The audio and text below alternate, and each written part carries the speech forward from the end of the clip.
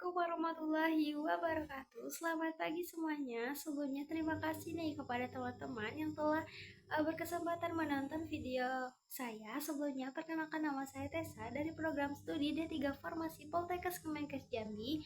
Nah, jadi kali ini saya akan melakukan penyuluhan nih mengenai penggunaan obat cacing.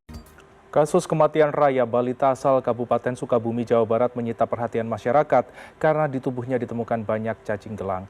Prihatin sih Kak, jujur. Karena aku juga ngeliat beritanya, kasihan banget masih kecil keluar cacing pita kayak gitu banyak banget. Itulah suara warga yang prihatin atas kematian Raya, bocah penderita infeksi cacing di Kabupaten Sukabumi, Jawa Barat. Kemiskinan ditengarai jadi salah satu faktor Raya menderita infeksi ratusan cacing. Kondisi rumah Raya memang memprihatinkan, berbentuk rumah panggung dan beralaskan papan kayu. Lalu di kolong rumah terlihat kotor dengan sejumlah ayam peliharaan berkeliaran. Sebelumnya teman-teman tahu tidak apa itu cacingan? Nah, jadi cacingan itu adalah infeksi yang disebabkan oleh cacing parasit usus yang masuk ke dalam tubuh manusia dan menetap di saluran pencernaan kita. Dan juga penyakit ini biasanya sering terjadi karena kebersihan lingkungan yang tidak terawat, jorok, dan makanan yang buruk. Yang buruk di sini contohnya makanan yang kita tidak tahu bagaimana proses pembuatannya, apakah proses pembuatannya higienis atau dan bersih atau tidak.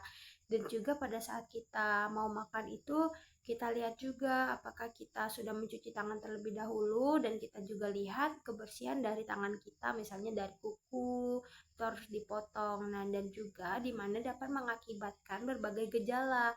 Nah, seperti sakit perut, diare, penurunan nafsu makan, lemas, nyeri perut, dan juga gatal-gatal di daerah sekitar anus kita. Nah, dan juga cacingan ini dapat menyerang siapa saja nih, terutama pada anak-anak karena beresiko tinggi karena sistem kekebalan tubuhnya yang belum sempurna, dan juga diperparah dengan kondisi anak-anak yang bermain di luar tanpa menggunakan alas kaki. Dole, iya mah. Jangan lupa diminum obat cacingnya biar lubang pantat Dole gak gatel lagi. Iya mah.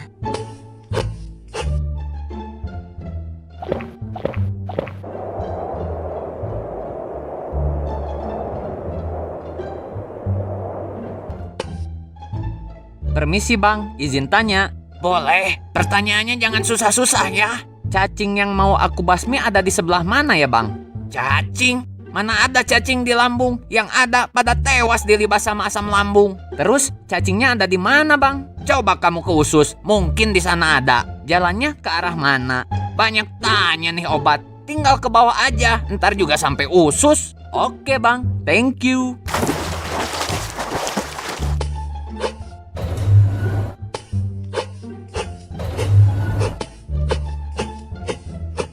Bang, abang usus ya? Bukan, aku otak. Jangan ngaku-ngaku, sus. Bercanda tak bercanda. Ah, si abang suka bercanda. Ada perlu apa kamu? Kasih tahu aku di mana lokasi cacing parasit yang mengganggu kamu, bang. Cacingnya mau kamu apain memangnya? Mau aku basmi, bang. Kan aku obat pembasmi cacing. Akhirnya datang juga. Kamu terus aja ikutin jalan, nanti kamu bakal sampai di usus besar. Ada sarang mereka loh di sana. Oke bang, aku langsung berangkat ya. Iya, yang rajin ya ngebasminya. Oke bang.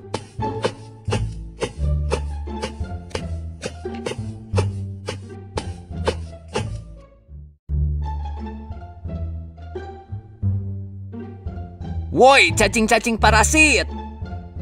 Apaan sih? Ganggu aja cacing lagi chill time. Boleh ikutan santai-santai gak? Gak boleh. Siapa sih kamu?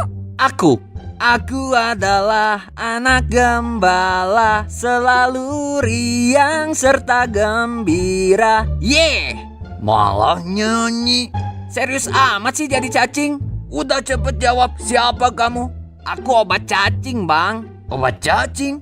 Kami gak butuh obat, kami sehat walafiat. Si abang mah. Aku obat pembasmi cacing maksudnya, bang. Widih, jangan mimpi bisa ngebasmi kami, bocah. Seriusan ini, bang, kagak mimpi. Aku kasih 2 pilihan, bang. Ada 2 jenis obat cacing. Jenis pertama membasmi cacing dengan cara mencegah cacing memakan nutrisi makanan yang masuk ke usus sehingga cacing mati kelaparan. Jenis kedua membasmi cacing dengan cara menyerang saraf dan otot cacing hingga cacing lumpuh ataupun mati. Pilih yang mana, Bang? Palingan ngomong doang. Ya udah, kalau gak mau milih, aku mau strum kalian aja biar kelihatan keren. Siap-siap ya cacing parasit yang dikasih tahu sulit. Beb, beneran ternyata Beb. Si Dodi.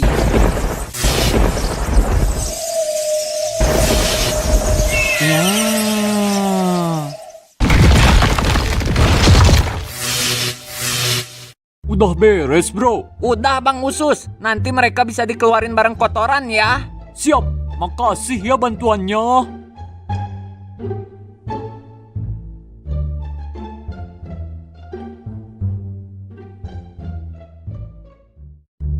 Jadi penyebab cacingan sendiri ini banyak ya teman-teman. Yang pertama itu misalnya kontaminasi makanan atau air. Misalnya kita mengkonsumsi makanan atau air yang terkontaminasi oleh telur atau larva cacing.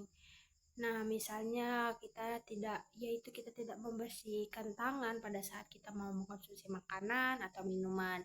Dan juga yang kedua, misalnya kita kontak dengan tanah yang tercemar, yaitu seperti berjalan tanpa menggunakan alas kaki di tanah yang terkontaminasi oleh telur cacing seperti pada cacing tambang. Nah, juga itu kita hati-hati, dan juga untuk anak-anak itu sebaiknya kita menggunakan alas kaki ya, karena anak-anak tersebut itu rentan terhadap yang dimana sistem tubuhnya itu belum stabil dan belum sempurna. Dan juga penyebab cacingan sendiri itu yang ketiga bisa disebabkan kebersihan diri yang buruk, di mana kita tidak mencuci tangan itu tadi dengan menggunakan sabun sebelum makan atau setelah kita dari toilet. Nah, juga itu diperhatikan sekali ya. Misalnya kita terutama yang untuk anak-anak lah, misalnya kan karena sistem kekebalan tubuhnya itu belum sempurna, jadi sebelum makan ataupun sesudah itu sebaiknya kita mengajari untuk membersihkan tangan, yaitu mencucikan tangan minimal selama 30 detik dengan bersih dengan menggunakan air mengalir dengan menggunakan sabun. Nah, agar tidak mudah terkontaminasi oleh telur cacing parasit tersebut. Nah, dan juga untuk mengkonsumsi makanan kayak seperti buah-buahan atau sayuran itu sebaiknya kita cuci terlebih dahulu di air mengalir hingga bersih agar tidak termakan telur cacing tersebut, karena kita kan tidak tahu ya telur cacing tersebut itu hinggap di mana saja. Jadi sebaiknya kita tuh harus berhati-hati agar tidak terjadi hal tersebut. Dan juga untuk di lingkungan juga harus dijaga untuk kebersihan lingkungan. Sebaiknya untuk anak-anak itu jangan kita lepas begitu saja sebaiknya, dan juga kita gunakan alas kaki tadi. Terus juga jangan kita biarkan di tanah, karena tidak tahu ya tanah itu apakah tercemar oleh cacing parasit, dimana cacing parasit ini biasanya di kotoran-kotoran hewan. Jadi kan kita tidak tahu misalnya tanah itu apakah terpapar kotoran hewan ataupun tidak. Jadi sebaiknya kita seorang orang dewasa nih harus berhati-hati dan menjaga lingkungan tersebut. Selanjutnya saya perjelas lagi di bagian gejala dari cacingan ini sendiri. Yang pertama itu ada gangguan pencernaan. Gangguan pencernaan ini bisa kita dapat nyeri perut, diare, mual muntah, dan kurang nafsu makan. Nah, itu bisa disebabkan oleh cacingan. Dan juga misalnya iritasi kulit nih, juga gatal di sekitar anus, terutama pada malam. Nah, itu kita perhatikan gejala-gejala tersebut kalau kita mengalaminya. Terus juga gejalanya ada kelemahan dan penurunan berat badan, misalnya pada anak-anak perutnya buncit tapi badannya kecil. Nah, itu bisa kita perhatikan apakah anak kita tersebut itu terpapar cacingan atau tidak. Nah, dan juga gejala-gejala lain juga diperhatikan seperti wajahnya pucat, demam, pusing yang berkepanjangan. Nah, itu bisa kita periksa lebih lanjut, dan juga kita ingatkan untuk orang tua ataupun orang dewasa yang berada di sekitar rumah itu mengingatkan kembali untuk mengkonsumsikan anaknya atau diri kita sendiri penggunaan obat cacingan selama 6 bulan sekali ya. Jadi 1 tahun itu terdiri dari 2 kali penggunaan obat cacing.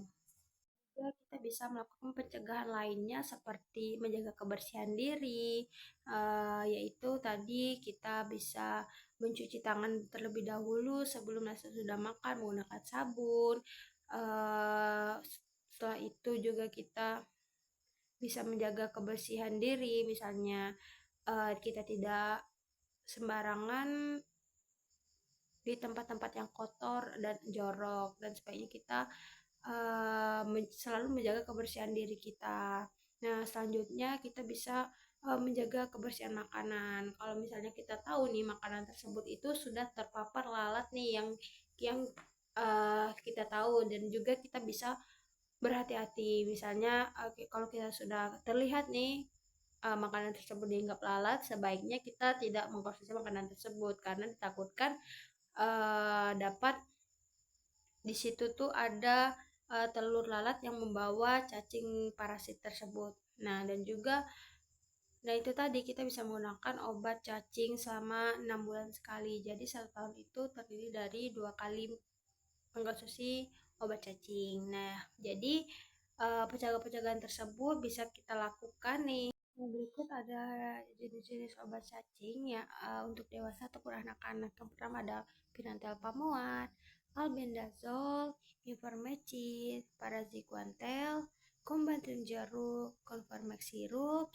Femuran tablet, dan Ascamex.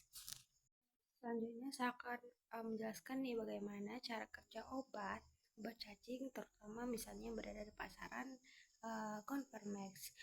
Jadi Conformex itu adalah obat cacing yang mengandung Pirantel pamuat, di mana Pirantel pamuat itu sebagai zat aktif yang bekerja dengan cara melumpuhkan cacing di dalam usus, sehingga cacing tidak dapat menempel pada dinding usus dan mudah dikeluarkan dari tubuh melalui tinja tanpa memerlukan pencahar lagi. Misalnya ada yang tanya berapa lama sih kak cacingnya mati setelah minum obat cacing. Nah, setelah minum Combantrin itu sendiri, secara umum untuk infeksi cacing kremi akan memakan waktu 1-3 hari setelah kita mengkonsumsi obat Combantrin tersebut. Sedangkan untuk cacing gelang, cacing tambang, dan cacing pita mungkin keluar dalam waktu beberapa hari hingga 1 minggu setelah dosis tunggal Combantrin tersebut. Untuk mengonsumsi obat cacing tersebut itu bisa kita lihat di bagian belakang kemasan. Itu biasanya terdapat bagaimana cara penggunaan obat tersebut. Misalnya di umur saya sekarang ini saya menggunakan obat cacing tersebut itu sebanyak 2 tablet sekaligus sebelum atau sesudah makan. Nah, itu diminum selama 6 bulan sekali, yaitu jadi setahun itu kita bisa mengonsumsi obatnya selama 2 kali, sebanyak 2 kali. Misal di bulan 1 kita mengonsumsi, selanjutnya 6 bulan lagi, misalnya di bulan 7-nya kita konsumsi lagi, selanjutnya berulang seperti itu. Juga perhatikan juga untuk anak-anak yang di bawah 2 tahun tadi sudah saya jelaskan juga itu sebaiknya tidak mengonsumsi obat cacingan. Dan juga untuk dosis itu harus memang kita perhatikan, karena dimana kalau misalnya kelebihan ataupun kekurangan bisa berefek fatal ataupun tidak berefek sama sekali. Jadi itu harus kita perhatikan bagaimana cara konsumsi obatnya secara benar di bagian belakang kemasan. Untuk konsumsinya itu jangan asal-asalan ya teman-teman. Bisa kita lihat di bagian penggunaannya di belakang obat tersebut.